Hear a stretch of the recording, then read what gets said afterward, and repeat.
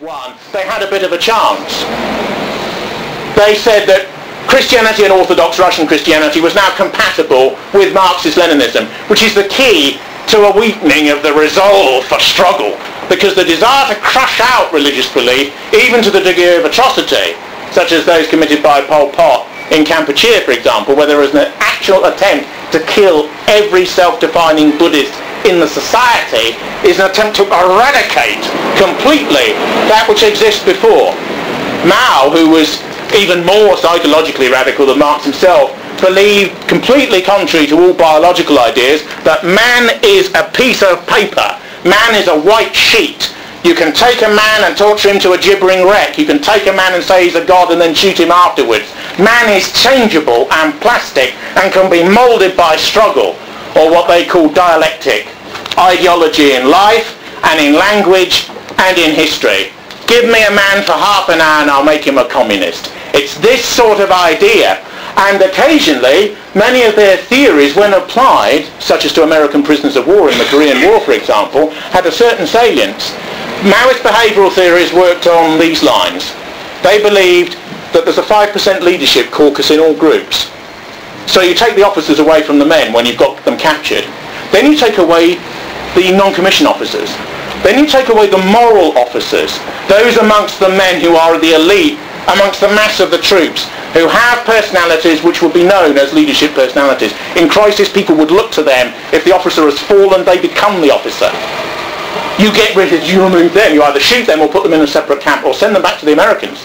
You want the mass that you can mould and destroy and remake. And they did it with quite a lot of them. Many of them came back to the US 3 or 4 years later, mouthing sort of Marxist platitudes, you know. We invaded the third world, man, you know, we deserve what we got. And this sort of thing. In the Vietnam War, some of these tendencies to deterioration and degeneracy in the American army became so large that many of them would shoot their own officers rather than go out on patrol, which is one of the many reasons why they ended in a surreal mess prior to surrender. America, of course, conducted a mass bombing campaign, said they'd won, and then cleared out, which a scenario they may repeat in Iraq and Afghanistan in the next couple of years. But to return to our theory, to our Marxist theory, Marx emerged really first in a group of radical German intellectuals called the Free Ones, the Freien, who used to meet in a beer cellar in the 1840s. In the 1840s, of course, liberalism and nationalism went together as ideologies. Now, 150 years on, their daggers drawn. But in that group in the 1840s, there were gathered some of the most radical, let's change the world intellectuals in Germany, in Central Europe. Many of them have been forgotten today. Botho and Otto Strauss have been forgotten. Feuerbach's only remembered because Marx wrote an essay about him. Max Stirner is remembered for one book he wrote about extreme individualism. But in the corner of the paintings of the Free Ones, as they gathered in this cellar, there's a tall Gentile, Engels, the factory owner, the financier of the theorist, and Marx. Then with an enormous black beard, because he was very young then. Marx's idea is you had to smash all the theory, particularly all the progressive theory, that predated him. That's why he began with the German ideology. He began with groundwork, Grundrisse, and the German ideology. You must clear away all these false and fake progressive ideas based on liberal thinking, bourgeois semantics, and utopianism. Everything must be based upon science and upon matter, and must be provable, and must be empirical. He believed that intellectuals could so interpret the changes in society that they could master the consciousness of a society, change it, and shift it, and force it in directions that even hadn't entirely been predicated on the theory. The one thing you notice about Marxism is it's a seething vortex of ideas. It's always restless. It's always counter-propositional. Marx will make a statement, then he'll qualify it, then he'll withdraw it, then he'll make another statement which is more radical. And this is part of, again, what they call dialectic. Now, the idea of dialectic is based on Hegelian theory, and is based upon an ancient Greek thinker called Heraclitus, who believed that everything is in flux, and everything changes, and everything works on itself. The fury with which Marxists fall on each other in intellectual dispute, often about arcane matters which are of no relevance, which in a regime context is a choice between life and death. You advocate the dialecticism of a particular crop cycle, and you get it wrong, and the party sides with another, you're shot, and your family's shot, and those that are related to them are shot as well, because ideas are important. The man who thumbs through The Guardian on the tube and thinks ideas, he cares. To a Marxist, ideas are life. And you write them in blood because they're important.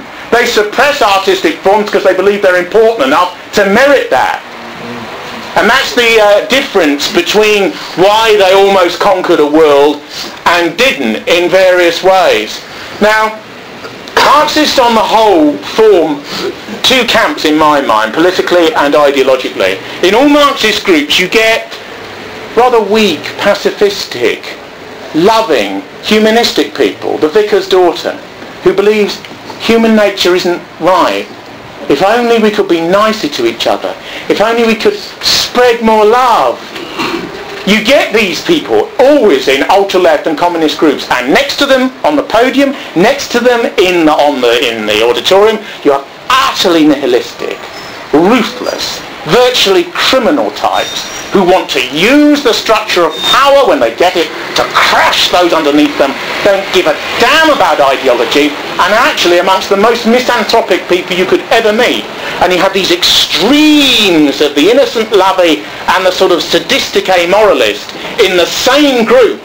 That's why when a communist regime comes in, they have enormous purges, because they have to start purging their own to get rid of all the idiots, to get rid of all of those who believed it was love, love, love, and they're led off by the men in leather jackets, because you've got to get rid of those fools early. If a right-wing regime is formed and there's a purge, it's because it's people struggling for power. That's what it's about. Now, Marx in the British Library began writing sort of pure theory as a critique. The interesting thing about Marxism is, in a strange way, it's unoriginality. Epistemologically, it's Hegel, and that's the theory about how it thinks about its own theory, and Heraclitus. Politically, it's the ultra-left of its own time, fitted in and made to do service. All of the classical liberal thinkers from Adam Smith onwards who underpin capitalism as an idea, Marx doesn't think up an original theory in relation to them. He critiques them. All Marxism is a shadow. It's a critique. It's a sort of feeding on the carcass of something which exists before you. You critique it, you turn it around, you re-engineer it, and you come to vow on the basis of a negation. So the negation of that which exists before is a key to the nature of this type of thinking. And then you negate the negation. And then you negate the negation of the negation. And you go on and on. The most radical version of state communism is Trotskyism. The idea that you have a regime that renews itself through endless and perpetual struggle. There is no rest. There is no motion. Trotsky wrote endless sentences like this. No love, no serenity, no stillness, no motion, only the struggle. And of course Stalin took him at his word, which is why he purged them all from the party up to 1928. But until then, of course, they were giving almost as good as they got. And both sides in that dispute worshipped the parent, Lenin. Now Lenin was taught his Marxism by Plekhanov, who was a Menshevik, who didn't like the Bolshevik Revolution. Quite a few Marxists who were purely sort of almost gentle professors of cultural destruction, they didn't actually like the Bolshevik Revolution because in actual fact it's contrary to some Marxist theory.